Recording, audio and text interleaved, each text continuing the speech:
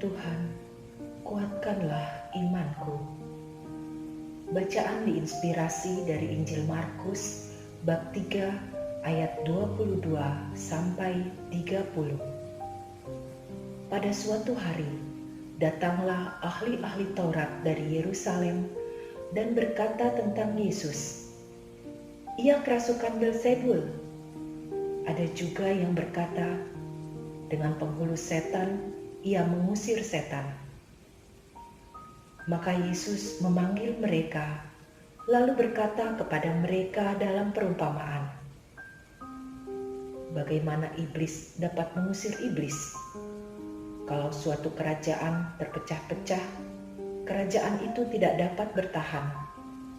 Dan jika suatu rumah tangga terpecah-pecah, rumah tangga itu tidak dapat bertahan. Demikian juga kalau iblis berontak melawan dirinya sendiri. Kalau ia terbagi-bagi, ia tidak dapat bertahan, malahan sudah tamatlah riwayatnya. Camkanlah, tidak seorang pun dapat memasuki rumah seorang yang kuat untuk merampas harta bendanya, kecuali kalau ia mengikat lebih dahulu orang kuat itu. Lalu barulah ia dapat merampok rumah itu.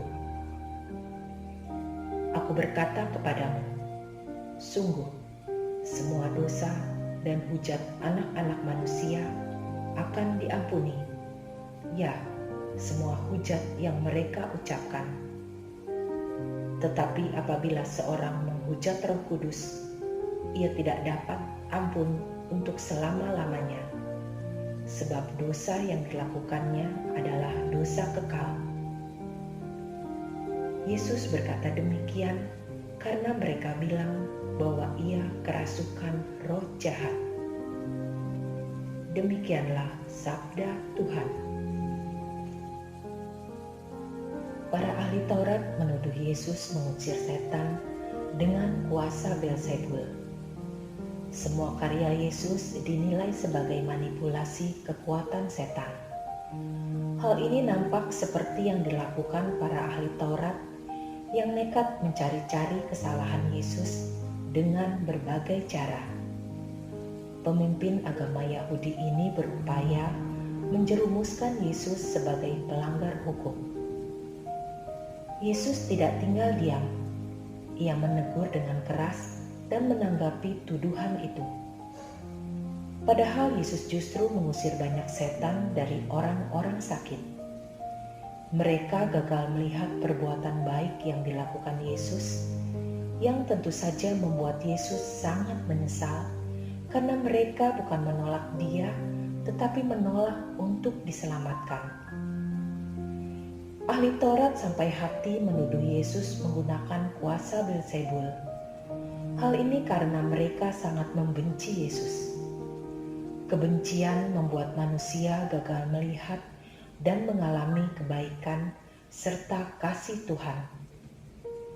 Kebencian pula yang membuat manusia gagal melihat kebaikan sesama.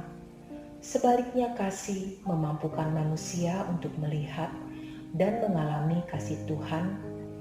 Kasih pula yang akan memampukan manusia menyalurkan kasih dan kebaikan kepada sesama. Cobalah melihat berkat-berkat kecil setiap hari, supaya kita dapat melihat berkat Tuhan yang besar juga. Jika kita sering bersyukur atas berkat itu, maka kita akan lebih bersukacita dalam hidup kita. Seringkali orang dengan gampang menuduh hal-hal yang tidak benar untuk menjatuhkan orang lain. Kepentingan pribadi dan kelompok berada di atas segalanya, sehingga mereka yang berlawanan kepentingan akan didiskreditkan. Seorang teman menuduh saya tidak mampu membayar apa yang menjadi haknya. Bahkan ia bercerita kemana-mana. Saya bersyukur kejadian itu saya alami ketika saya sudah mengikuti kursus evangelisasi pribadi. Sehingga meskipun tuduhan itu fitnah belaka, tetapi saya tidak berniat mempermalukan teman saya dengan membeberkan bukti-bukti yang saya miliki. Ketika kita berada dalam kuasa Yesus, kita sanggup menghalau kuasa-kuasa iblis. Allah Bapa yang Maha Pengasih, ajarilah dan dampingi kami untuk senantiasa hidup saling mengasihi. Ya Tuhan Yesus, Engkaulah tumpuan dan kekuatanku. Kuasailah hidupku dan lindungilah aku selalu dari kuasa-kuasa jahat. Amin.